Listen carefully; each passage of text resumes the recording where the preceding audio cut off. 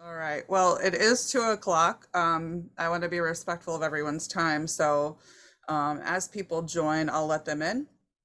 Everybody is muted. So, I'm just going to ask both of you to kind of um, tell a little bit about what Termageddon is, a little bit of background, and then just jump into the privacy policies, what's coming up in 2023. And then you also are probably going to discuss a little bit about terms of service. Disclaimers are important. And then I think I remember hearing something about cookie policies that Yeah, you integrated as well. Is that correct? it is. And we can, Okay. I don't think we have that necessarily within our slides, but we Okay. can talk about it for sure and bring up anything within Q&A if anyone has any questions. Excellent. Awesome. Okay, so I'll just let you take it from here. I just want to introduce both Donata and Hans, the co-founders of Termageddon. I ran across them because they were recommended to me by a web developer, and they have been so phenomenal to work with. And I just love being in their energy. So great to see you both again. And I'll let you take it from here to do the introduction. Awesome. Awesome. Yeah, thank you for having us. Of Should we course. share our screen and kind of get into it? Absolutely. Let me give Yeah, you sounds great. permission. Okay. You're good. And while Amber's doing that, yeah, just high level Termageddon, we're an auto updating website policies generator. So you can generate comprehensive policies with Termageddon. And then we're basically a strategy to keep those policies up to date over time with new disclosures, like the 6 new laws hitting America and Canada next year. But with all that said, we really tried to make this just an educational webinar. So, you should be able to walk away from this knowing what you need to know about what it takes to have comprehensive policies for your own business. If you want to get signed up with Termageddon, that's awesome, but that's not required for this webinar. We're just here to educate. And yeah, hopefully you can walk away feeling a little bit more confident and feeling like you have some actionable next steps. Yep. And if you have any questions, we'll leave some time at the end for Q&A. So definitely feel free to put those in the chat. Awesome. All right. So we're going to share the screen and start presenting. All right, so just like Amber said, today we're going to talk about how to avoid fines and lawsuits with website policies. So hopefully going to answer a lot of the questions that you have. This is a relatively new topic. There's a lot of things going on in here every single day. So if you don't know much about website policies, don't feel bad. Hopefully by the end of this presentation, you're going to be leaving feeling a little bit more confident about that particular topic. But before we start, we did want to let you know that any information that we provide today, whether in this presentation or the Q&A, is not legal advice. It's intended for informational purposes only.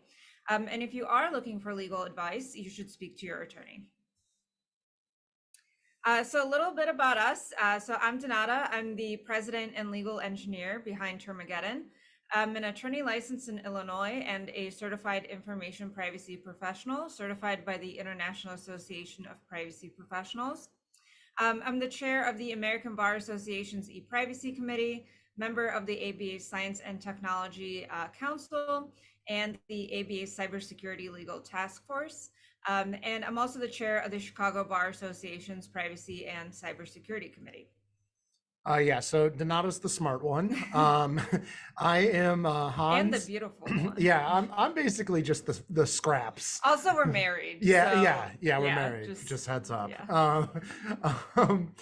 But yeah, my name is Hans. I'm the other co-founder of Termageddon. I oversee sales and marketing and education webinars like this. And I just got to notice this is just being live streamed. And I do want to know we are recording this just for anyone who misses this recording so that they can, access this recording in the future. But yeah, prior to Termageddon, I ran a 12-person web design and software development company in downtown Chicago. I used to copy and paste privacy policies whenever I needed one. Really didn't think much of it. And then, obviously started dating a privacy attorney and realized, hey, maybe copying legal documents is not a good long-term strategy. So I really try to help bridge the gap between like what's in Donata's brain to like normal people and like, okay, I don't Thanks. really understand this entirely. You're obviously great at everything you share, but yeah, I try to just step in whenever I feel like maybe something might be getting a little complicated for our listeners. Yeah. So today we're going to talk about what is personally identifiable information, the laws that protect PII, the consequences of noncompliance, and the importance of keeping your privacy policy up to date. And we'll also talk about other policies like a terms of service and a disclaimer and how those can help you. And we'll also talk about where you can get website policies if you are looking to have those implemented on your website. And then lastly, we'll have the Q&A section. So if you have any questions, definitely feel free to put them in the chat, and we'd love to answer them at the end of the presentation. Yeah, shockingly, we get a lot of people asking We questions for this do. topic. Yeah, it's great. I love it so- because I do a lot of webinars for the American Bar, and there's never any questions. So we always ask speakers to prepare like pocket questions. Okay. But yeah, it's great when the audience asks questions. For sure. Don't be scared. Please put a comment in there. Usually once someone asks a question, then everyone kind of opens up and asks more, and we'd be happy to field them. We'll also be sure to make note of a cookie policy and cookie consent solution as well in this presentation at some point along the way. Yep. All right. So first, let's talk about privacy policies. So before we actually get into privacy policies, I wanted to just give a very quick briefing on why privacy is important. So a lot of us, think of privacy of like, oh, well, I do receive spam emails, but whatever, it's not that big of a deal. I can just delete them. So let's talk about why privacy is important now. So we started off really in the United States with the Cambridge Analytica scandal. So that was when a company, Cambridge Analytica, scraped the data of millions and millions of Facebook users and used that data for political advertisement without that user's consent. So what happened when that scandal broke is it brought the importance of privacy to light for consumers. And it really made consumers realize, hey, I'm giving my personal information to these companies and I have no idea what they're going to do with it. I don't know if they're going to share it. I don't know if they're going to sell it. And I can't stop them from doing that. So this really led to a flurry of proposed bills, specifically in the United States. And in the United States, we don't have a federal privacy law that governs regular business websites. We have a healthcare law and a financial law. Children's law. Yeah, children's law, but nothing governing just regular information collected by websites on a federal level. So what we're seeing now is all of these states proposing and passing their own privacy laws. And that's because consumers want privacy laws and they want privacy protections. So a recent study by KPMG said that 84% of the respondents said that they're open to new state privacy laws, meaning that that's something that's not just going away. So apart from the privacy law requirement, I think it's also important to note that privacy can actually be a competitive advantage. So there's a couple of studies. So one study found that 93% of Americans would switch to a company that prioritizes privacy. So if your company prioritizes privacy, that can be a way to gain customers from companies that don't. And then also another study found that 7 in 10 Canadians refuse to provide data to a company over privacy concerns. So if the main purpose of your website is to gather leads and you don't show that you care about privacy, you could be losing 7 out of 10 leads just because of privacy concerns. I think you're going to see shortly here, but privacy is becoming more important, not less important over time. So if you're sitting there being like, oh, well, I don't really care about website policies, the fact is more and more people are, and that's being demonstrated through all these proposed bills, which again, we'll be talking about shortly. Yeah. So maybe Hans can explain to us what is PII? Yeah, I would be happy to. So PII, otherwise known as personally identifiable information, is the one definition we need you to memorize today. So we tried to keep definitions at a minimum, but the one thing you do need to take away from this slide in this presentation is that anything that could be used to identify someone is called personally identifiable information, and websites often collect this information. So for example, if you have a contact form on your website where people can submit their name, email, phone number, maybe, those are 3 examples of collecting PII all in one contact form. If you have a newsletter sign up where people can subscribe to your newsletter, you're not only collecting names or emails, you're also probably sharing that data with third-party email marketing solutions like MailChimp, Constant Contact, things like that. If you're taking orders through your website, I would assume you need to take some personal information to process payments and ship items or offer downloads or whatever it may be to process orders.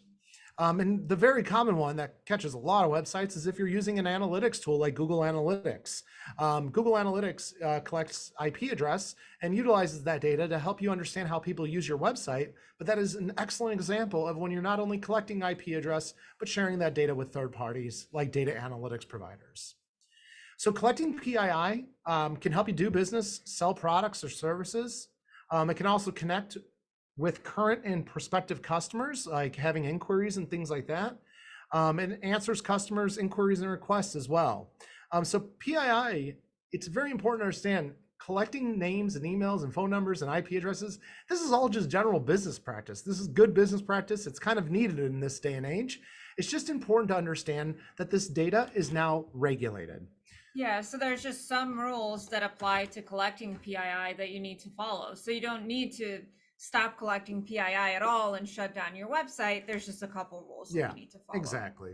And here we have an example of a contact us form. This is ours. And as you can see here, it has 2 fields for names and emails. So this contact form is an example of PII collection because it collects names and emails.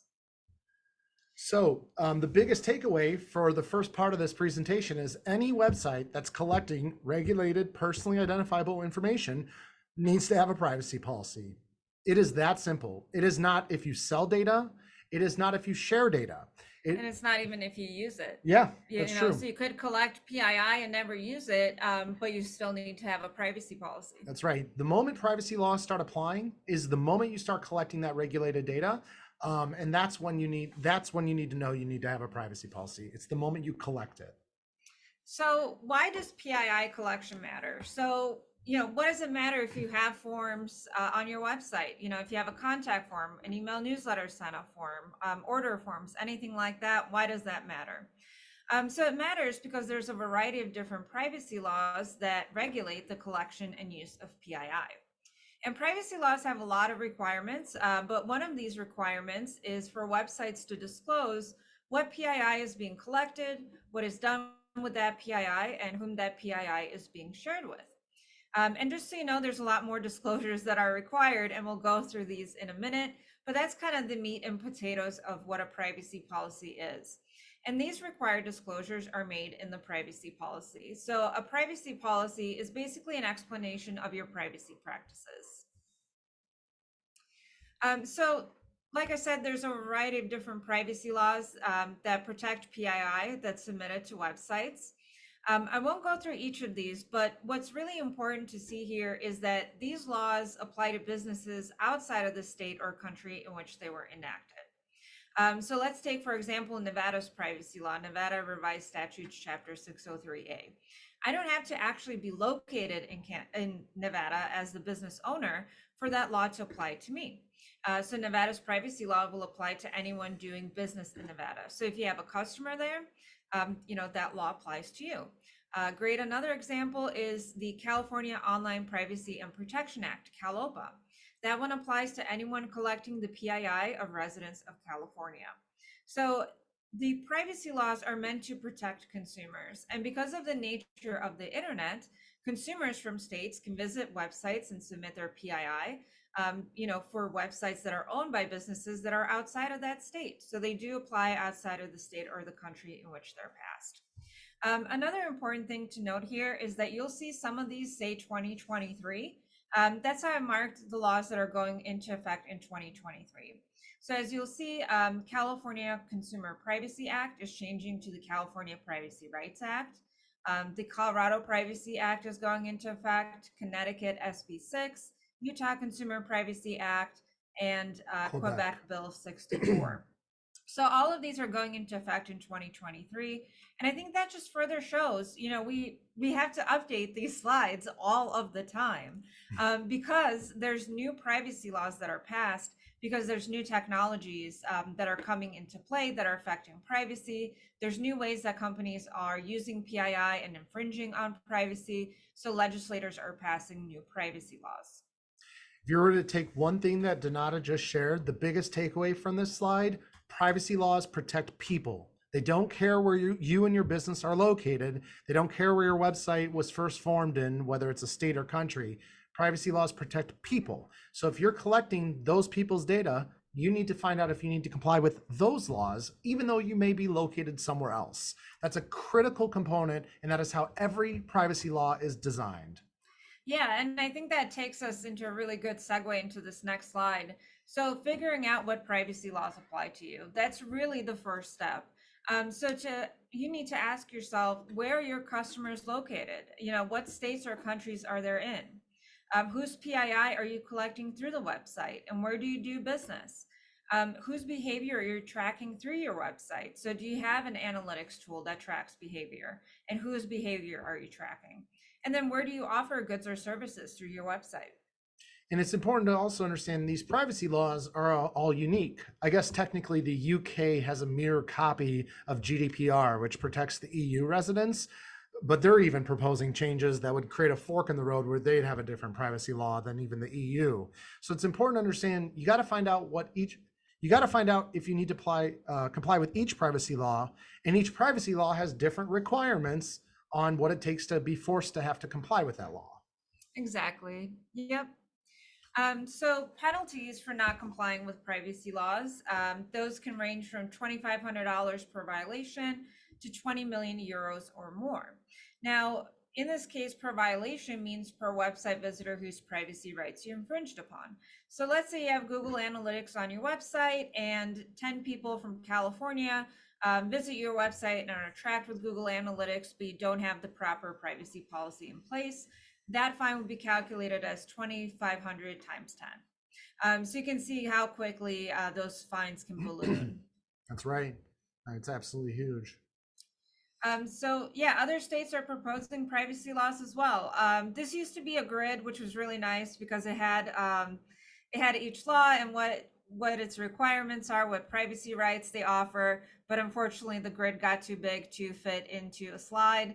So you can find this if you go to our website. You can go to termageddon.com and go to our blog and search for tracker, and that will show you our state privacy bill tracker.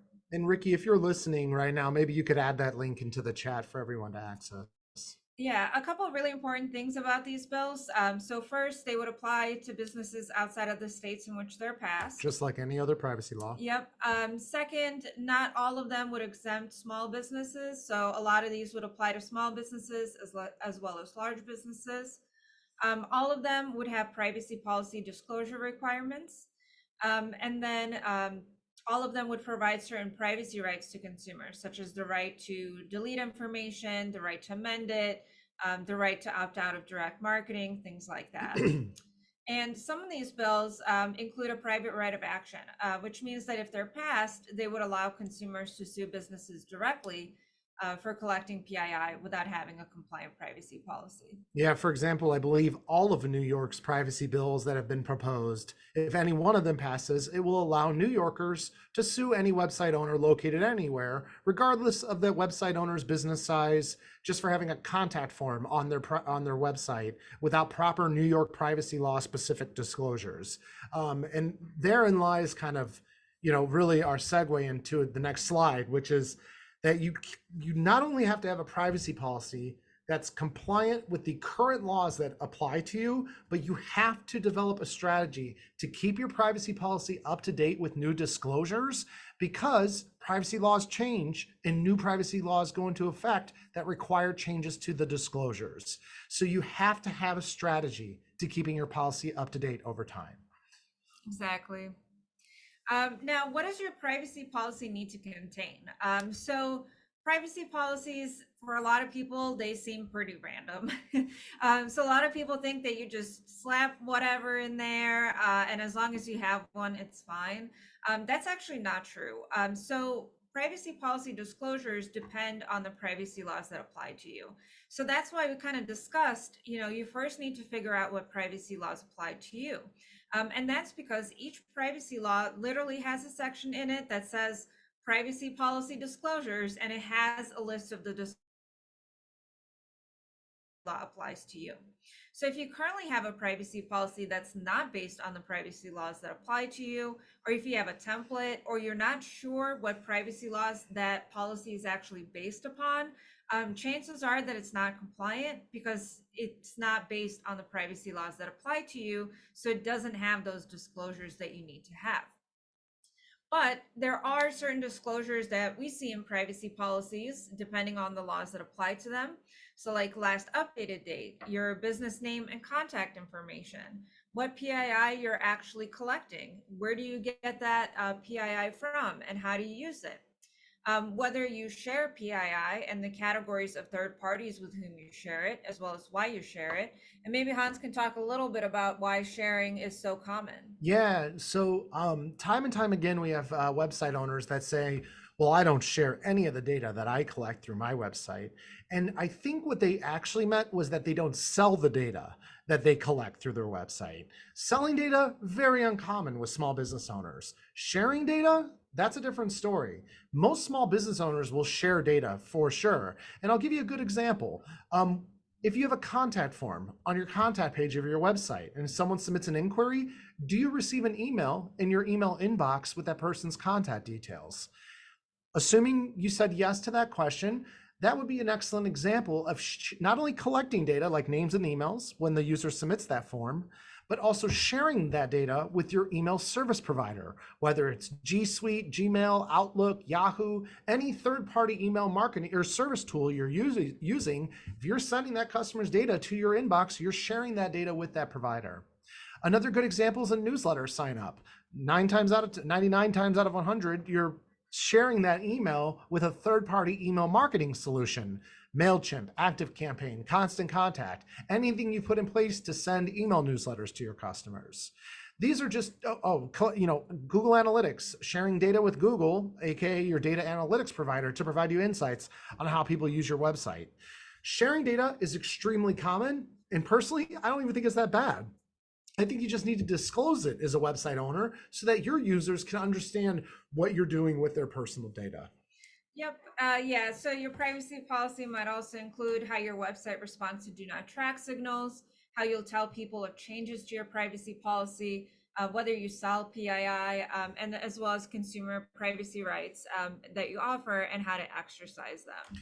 So we could keep going through all these additional disclosures, and we can if you want to, but I will just note, you may be thinking, well, I'll create sections for each one of these bullet pointed items. But first off, this is a non-exhaustive list. There's plenty more disclosures. Like automated decision making and profiling. If you use the information for those purposes, you have to disclose the logic behind it. Yeah, this is not the final list. And that's why it's also important to understand that templates tend to not do a good job at helping you stay comprehensive and compliant, because so many privacy laws have if this then that type statements. So like, if you process the data of 10 million or more consumers in California and CCPA applies to you, you have a whole different set of disclosures than if you didn't offer, whether or not you offered an incentive for people exercising their privacy rights. So I kind of jumbled my words there, but long story short, templates don't really work because privacy laws have conditional questions or conditional based required disclosures within the laws that they've written. Yeah, so I think at the end of the day, it's probably the most important to remember that your privacy policy will depend on the privacy laws that apply to you and the disclosures that you're required to make under those privacy laws that apply to you. So next we have the terms of service. So terms of service, a lot of websites have them. A lot of people are afraid of terms of service. But terms of service, it's also called terms and conditions or terms of use. And basically its purpose is to detail the rules of using your website and your responsibility regarding your website. So terms of service is usually recommended for every type of business. So privacy policy, if you are collecting PII, that's when you need to have it. A terms of service, you need to have it if you just want to protect your business. So the purpose of the terms of service, it can help you comply with applicable laws. So consumer protection laws, international e-commerce laws, things like that. Protect your business in e-commerce transactions. Answer commonly asked customer questions about transactions so that they can move along the purchasing path. So I don't know about you, but like when I buy some items online, I always make sure to check their refunds policy, especially if I'm buying shoes or something like that. I don't know what it is. I can never seem to find the right size shoe online, even though it's my exact size. So I always make sure to check their refund policy. If it's the wrong size, I can return it and exchange it for the right size. Well, if a business doesn't have that, I'm not going to buy from them because I'm not going to take the time to like call them and ask them. I'm just going to go to a different vendor that tells me what their refund is. Limit your liability for links to third-party websites. So like links to Facebook, LinkedIn, Twitter, things like that, so that you are protected in case somebody clicks on that link and gets a virus or something like that. Protect your intellectual property. Reduce the likelihood of copyright infringement claims and lawsuits. Choose where to resolve disputes, and then generally protect your business. Real quick, I love a terms agreement on a website for virtually just about any modern website. My reason being is a terms of service can make a simple statement like, we offer links to third-party websites. We don't control those links. So if you click on one of those links and that site gets hacked and you get hacked, you can't come back and sue us. That one little statement is such a good representation of what a terms of service does. It tells users the rules to the website, and it also limits your liability as a website owner. And that one little disclosure can protect you. So I really like a terms of service for just about any website in this, any modern website, I guess you would say. So there are certain laws that can apply to website terms of service, especially consumer protection laws, international laws, intellectual property laws, and subscription laws. So for example, United Kingdom and Australia, they both have consumer protection laws. So if you're located in those countries, you'll need to make sure that your terms of service fits those consumer protection laws. Otherwise, those terms are going to be not enforceable. So for example, let's say I'm an Australian business and I sell shoes to Australian consumers. I don't know why my brain's on shoes. No, we're there now. We're getting shoes after this yeah, call. Yeah, I am, not you. But just check the return policy. Right. So so I'm selling shoes to Australian consumers, and I say in my terms of service that I don't offer refunds under any circumstances. Well, unfortunately, according to Australia's consumer law, consumers do have a right to refunds. So if my terms of service says that I don't offer them, that portion of the terms of service is not enforceable, and I can actually be fined for misleading consumers about their rights. California has an automatic renewal law. So if you're offering subscriptions to residents of California, your terms of service needs to make certain disclosures. And this is really interesting as to why, because if your terms of service does not have those disclosures, the items that they receive through the subscription or the services that they've received through the subscription are going to be considered gifts to the consumer, meaning that they are free. If you're selling internationally, we have the United Nations Convention on Contracts for the Sale of Goods, the Uniform Commercial Code, and Incoterms. So those terms apply to international transactions by default. So they might not be advantageous to your business. They might not allow you to offer refunds. They might require you to offer refunds, or they might not allow you to charge a cancellation fee. Digital Millennium Copyright Act. So that can help protect businesses in certain cases of copyright infringement, but only if the business's terms of service includes very specific information about how to contact them for copyright infringement.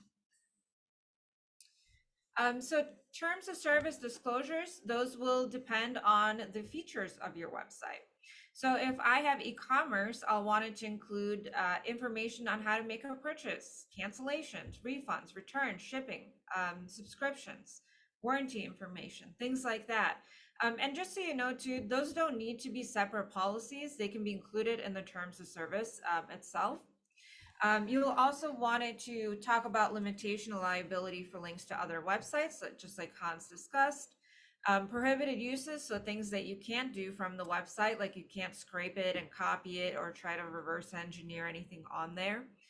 Rules for comments and uploading content. So if you allow people to make comments or upload pictures or videos or anything like that, you would want to talk about the rules, things that people can post and things that people cannot post. and also grant yourself a license to be able to display those comments and content. Section limiting your damages, and then also governing law, dispute resolution, and venue. That one seems like very boring boilerplate, but it's actually really important. So let's say again, I'm an Australian business selling shoes, and I have customers all over the world.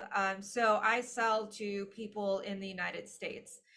So somebody buys shoes in the United States, and I don't know, they twist their ankle while walking on the shoe, and they want to sue me.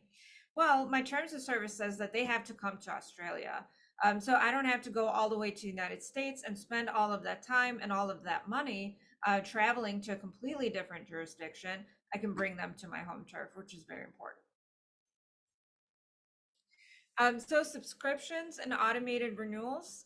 So if you do offer subscriptions, so subscriptions is anything that's a recurring payment. So your terms of service would need to include, if you offer them to residents of California, information like that the subscription will continue until the customer cancels, how somebody can cancel that subscription, what charges will be placed on somebody's account, if there's a minimum purchase obligation, and the length of the automatic renewal term.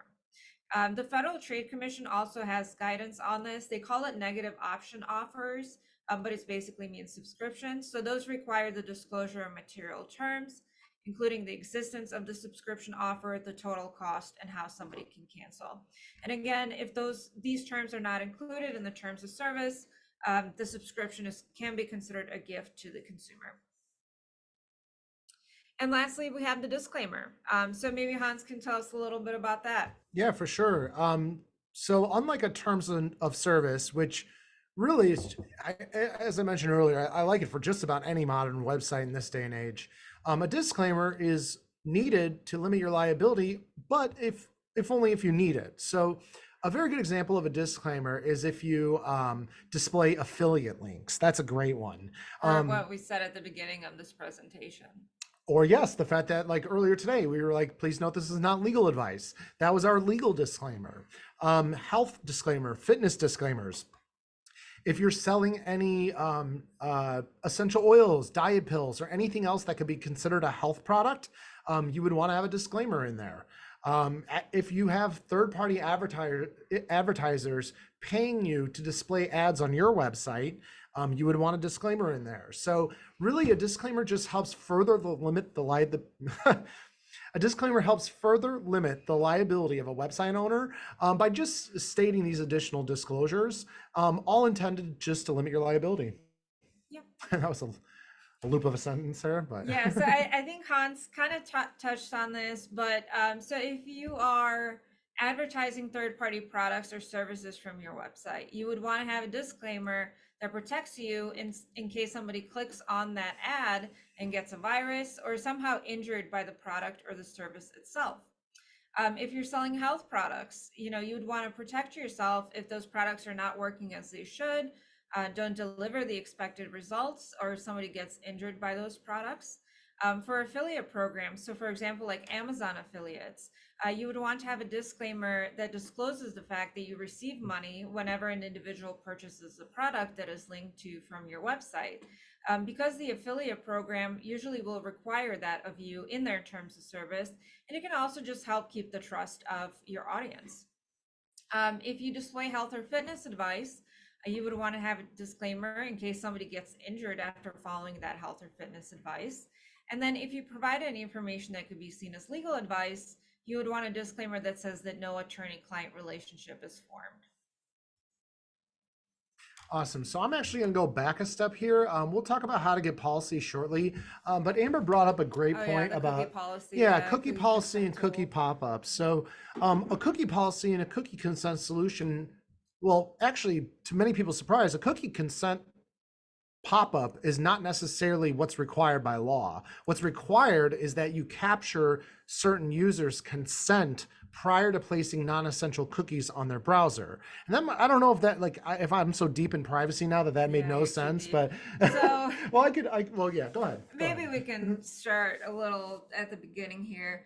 So cookies are basically a piece of code that's placed on a user's device that tracks that person.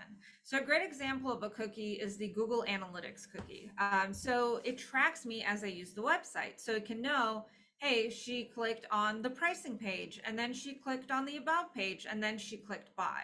So that somebody can tell, what the user journey was through that website and how they're using the website. There are two different types of cookies. So first is essential cookies. So essential cookies are any cookies that are absolutely important to the operation of the website, meaning that without this cookie, the website would just not work. Now, when you have essential cookies, those cookies, you do not need to get consent for those. Those cookies are basically considered accepted by default when somebody visits the website because they have to view the website. The second type of cookie are non-essential cookies. So those are cookies that are placed on a user's device without which the website would still work. Great example, Google Analytics. If Google Analytics does not fire on a website, that website will still work. Or Facebook Pixel, right? If there is no Facebook Pixel on the website, that website will still work. So when it comes to cookies and cookie consent banners, you need to get the consent of the user prior to placing non-essential cookies on their device. Now, this is only if certain privacy laws apply to you. So Canada's PIPEDA, the e-privacy directive, GDPR, as well as United Kingdom's Data Protection Act. CCPA. And yes, the California Consumer Privacy Act. So if those laws don't apply to you, you don't really need to worry about cookies right now. You might need to worry about them in the future as new privacy laws pass. But if these privacy laws do apply to you, this is the way that it needs to work. So whenever somebody visits your website, essential cookies do fire and non-essential cookies do not. So the user then has to make a choice whether they want to accept those cookies or decline them. If they decline, then those cookies do not fire. If they accept, then they do fire. There needs to be an actual choice for a person. So it needs to have a yes and a no option, or an accept and a decline option. Cookie consent banners that just say accept, or by using this website, we'll assume that you agree to us collecting these cookies. Those are not compliant. The user needs to get an actual choice. It's absolutely astonishing how many non-compliant cookie consent pop-ups are out pretty there. bad. And the crazy thing is there's small businesses getting fined hard. And the first one that comes to mind is actually just a couple of weeks ago, Sephora. Certainly not a small company, Yeah, but call that a small yeah, business, not a but, small company. But and actually, it was a little different. They were telling consumers that they don't sell personal information, then they actually did. oh, and they actually did. Okay. Yeah, but it was But tied that's into their related. cookie consent Yeah. banner, because their cookie consent banner was saying that they don't sell it, but it turns out that they do. I think there was an eyelash company in the EU that got fined some ridiculous number. I think like Yeah. 7 figures, 8 All figures. those eyelashes invading our privacy. Well, their cookie consent wasn't properly structured, so they got Yeah. in big trouble for it. So Yeah, so definitely make sure it has like a clear option that people can select. awesome.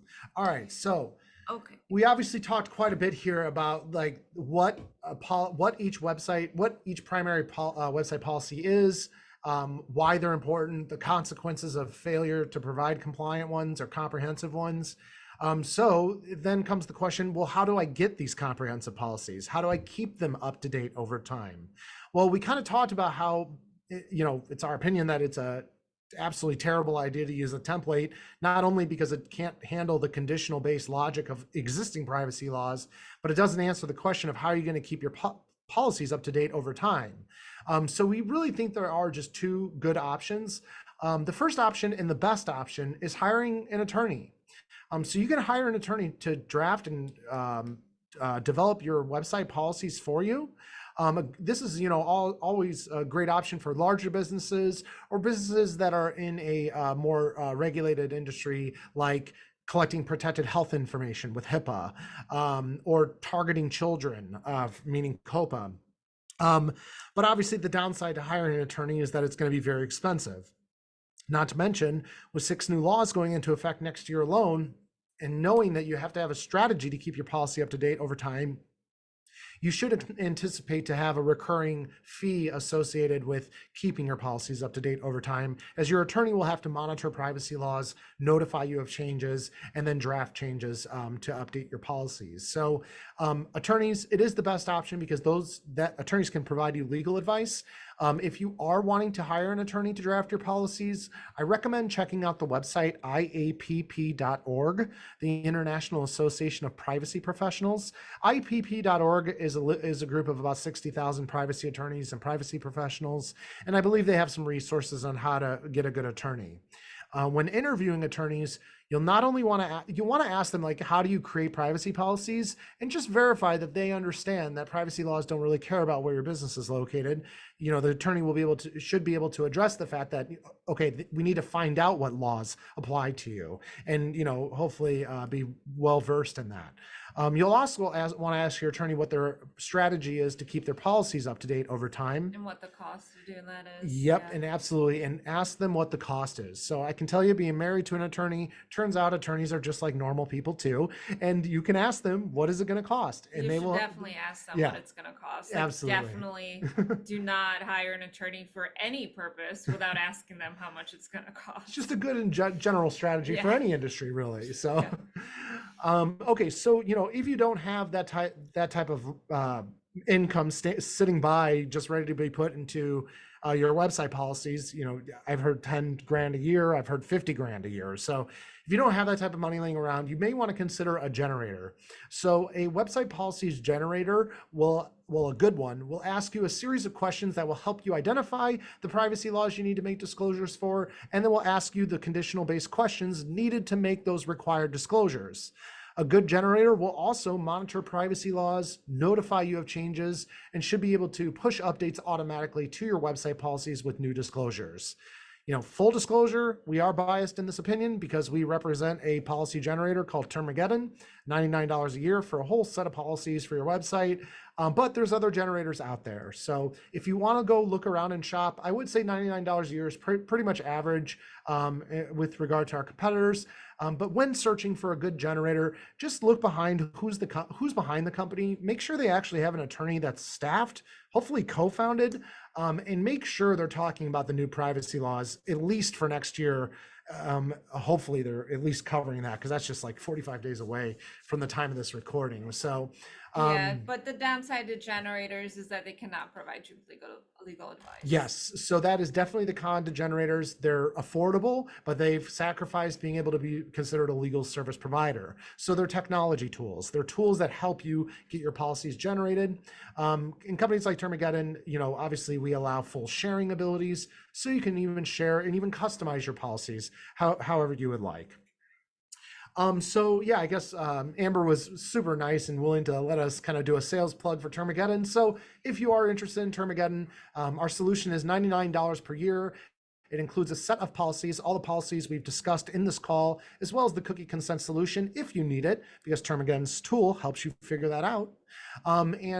We are also offering 20% off anyone's first payment with the code WBOSBO. So women business owners supporting business owners? Is that the right code? Amber, you probably can confirm. Yeah, that should be it. That's it, yes. Thank you. Thank you. But yeah, so we have a step-by-step video guide within the questionnaires. We're normal people. You can reach out. Well, actually, I'm not that normal, but you can still reach out to me anytime. I'd be happy to help you out with any questions you have. And yeah, it looks like we're offering a link to book us for a complimentary onboarding too, if you'd like any help with that. So. Yeah. With all that said, I would love to go to some Q&A and hopefully help some people out. Does that sound like a good plan? Yeah. And also, just so you know, too, after the Q&A, feel free to send us an email, either hans@termageddon.com or donata@termageddon.com. And we'd be happy to answer questions there too. I know for me, at least, I always think of questions right after webinar's over. So if you're like me, you can definitely send us an email. Oh, there's still people in the chat. I'm honored. But every time we get done sharing our screen, we're so concerned that we're going to turn off our screen share and then see that everyone has just vacated. So thank you all, brave souls who stuck around to watch us talk about website policies. That's awesome. So Kara did have a question. She said she thinks it's going to answer her question, but I just want to make sure that it gets Sure. asked because you can probably provide some good guidance for her. So Kara asked, how can a small business like me determine which policies apply to me because I have no idea where my customers may come from? And I asked her if she had Google Analytics, and she does. So I'll let you take that answer from here. Awesome. So yeah, the two options we really think are a great idea is to use an attorney. If you can hire an attorney and have them ask you those questions and help you figure that all out, excellent. My biased opinion, a generator is by far the fastest way to do it, though. A proper generator. Unfortunately, not all generators are created equally. There are some that are a little bit more questionable than others, but a company like Termageddon will ask you the series of questions that are needed. So, and just to give you a high level, Yeah, well, so that might be a lot, but yeah, the first set of questions that we ask in the privacy policy generator help the system determine what privacy laws apply to you. So you can use that. What I would say as well is, not knowing where your customers come from. I mean, if you have e-commerce, you would probably have their address, and be able to tell that way. Or if you do work with them in person, you could probably ask them where they're located. But really, if you have Google Analytics, at the very least, GDPR and UK DPA will apply to you, because you're tracking the behavior of residents of the EU and the UK online. and assuming you're a for-profit entity, Canada is going to apply, Yeah. Pipetta, and really, Kara, where you may find yourself getting to is the fact that well, it's where everyone's coming to, which is, well, I have a website, it could be accessed by anyone anywhere. So do I have to comply with a bunch of laws? And it's yeah, if you want your website to remain accessible to everyone everywhere, then yeah, you kind of do.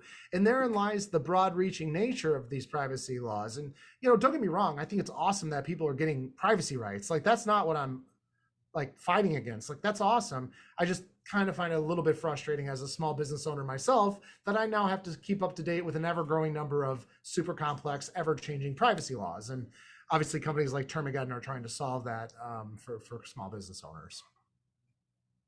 Does that help, Awesome. Amber? Do you think that was good? Kara said exactly. The people who engage with my content may not be a customer. Generator sounds like a perfect solution. Glad to have a trusted source and an email for you. So that Cool. it sounds like you hit the nail on the head there.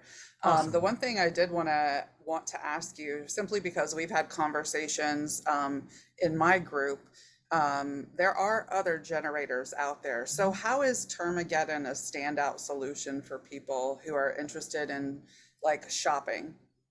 Well, maybe you can stop. I'm pointing so rudely awkwardly at me. pointing. You're gonna poke my head I out will. during one I of these will. meetings. That was so I want to dorky. file workers' comp claim. Pause. Hans. So I guess it depends on what you're looking for, right? So are you looking to have a privacy policy just because you want to appear like you have one and just stick it on your website and forget about it? Or are you looking for a privacy policy that can actually help you comply with the privacy laws that apply to you and reduce the likelihood of fines or lawsuits? So what we see with a lot of our competitors is they'll say that they cover certain privacy laws, but the policies that come out of that don't have all of the disclosures.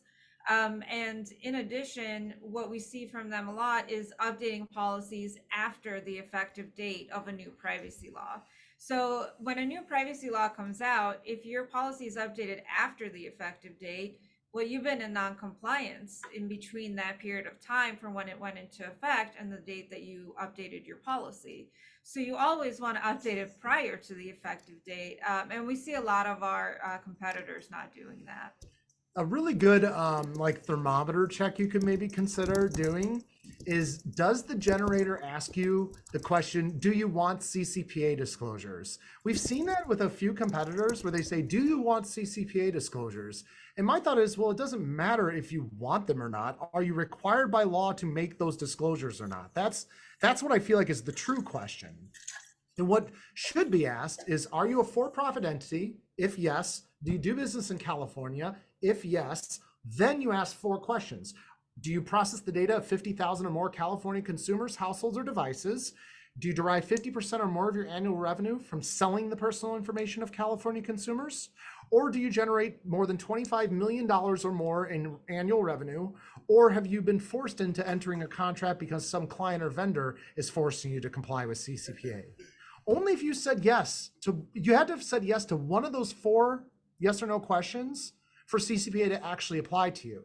But sometimes sometimes there will be generators out there that will be like, oh, do you want to have CCPA disclosures? And you just say yes, because like, hey, I'm a good person, I want to have CCPA disclosures. Well, you just signed yourself up for a whole lot more liability than you ever needed. And I think the picture that's painted here is that, you want to find a generator where like their DNA is legal and like they understand legal. They may have good designers on team. They may have a really pretty design, but really what you should be looking at is like, who are the people behind the product? What are they passionate about? And like, what is their vision for like their business? And I would highly recommend taking that into consideration. Awesome. So yeah. Do you have the question in front of you? I've heard those factors so many times now. If I have to hear them one more time, but CCPA gets everyone. But Brenda Harper has a question, and it's hilarious. 2 questions. Are y'all in a spaceship prototype is number yes. 1. Yep. Unfortunately, no. And then the second question is, can include in privacy policy, etc., that they waive their rights to sue and only allow $10 for damages. Would that stick globally? No. It's a good try, Brenda. Yeah, no, you can't. I think I know where she's going with the terms. So for terms of service, in certain cases, unless consumer protection laws apply to you, you can reduce damages and say how much damages are. But privacy laws are different in the sense that you can't just say that they don't apply. And you also cannot limit damages either, because you can't really, so privacy laws right now are being enforced by states' attorneys general, for example. The state attorney general, they don't care how much you think you owe them, it's how much you owe them. Yeah, so I like that angle, Brenda. It wouldn't be so much the privacy policy as it would be the terms. But yeah, But there's the only so privacy far you policy, can go. no. Yeah. Awesome. Well, I think unless anybody else has any questions, we're fresh out of questions, but I just want to, Brenda said thank you, so I think that answer sufficed. But thank you both for being here, and thank you to your team members for being in the chat. Thank you to everyone that hopped on, and I hope you all got a lot out of it. You can see in the chat, I did add the link where you can read more about Termageddon, and you can also join. Like they said, it's less than $100 a year for this. It's very affordable, and they also offer a monthly payment plan if that's more affordable for you. I think Ricky said WBOSBO is the code for 20% off, and Powers 1 is the code for 10% off. So you pick. Ricky, you could update Powers 1 to be 20% off real quick. Okay, We'll make them both 20% off. Yeah, thank you so much for having us. My pleasure. If anybody has any questions, definitely feel free to reach out to us either through our website at termageddon.com or through email as well. We're always available to answer questions. I have one just parting Please. advice for everyone. You know, I think I said earlier, I love the fact that people are getting a right to their privacy. I just think it's a bit of a joke that a small business owner has just an ever-growing number of privacy laws to comply with. This is just something that's really been like in my head in the last couple of weeks, but take my words for it. Like, you should be taking data minimization. Take advice from the man who can't say the I said word. minimalization or minimization. Minify the data that you collect. You want to reduce the amount of data you're collecting. Like, if you're trying to get people's birth dates and like their favorite color and stuff, like, unless you absolutely need that data, I would have you just say, like, maybe reconsider that. Reducing the data you collect reduces that footprint and just reduces just general risk, I would say. So just keep that in mind. Yep. Awesome. Thank you. Thank you. Also, the one thing I did want to add is if you are an agency owner that is interested in referring Termageddon to your clients, please reach out to me.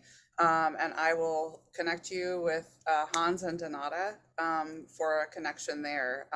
It has worked out really well for my business, and I'm sure it will for yours as well. So, literally, in my opinion, every person who has a website needs this just to protect their assets. You've worked really hard to build it. So, thank you both for joining and for all of the information. And I'm sure we'll do this again soon. Thank It's you for having us. always so fun chatting with you, Amber. Thanks so much. Awesome. Take care. Thank you. Bye. Take care.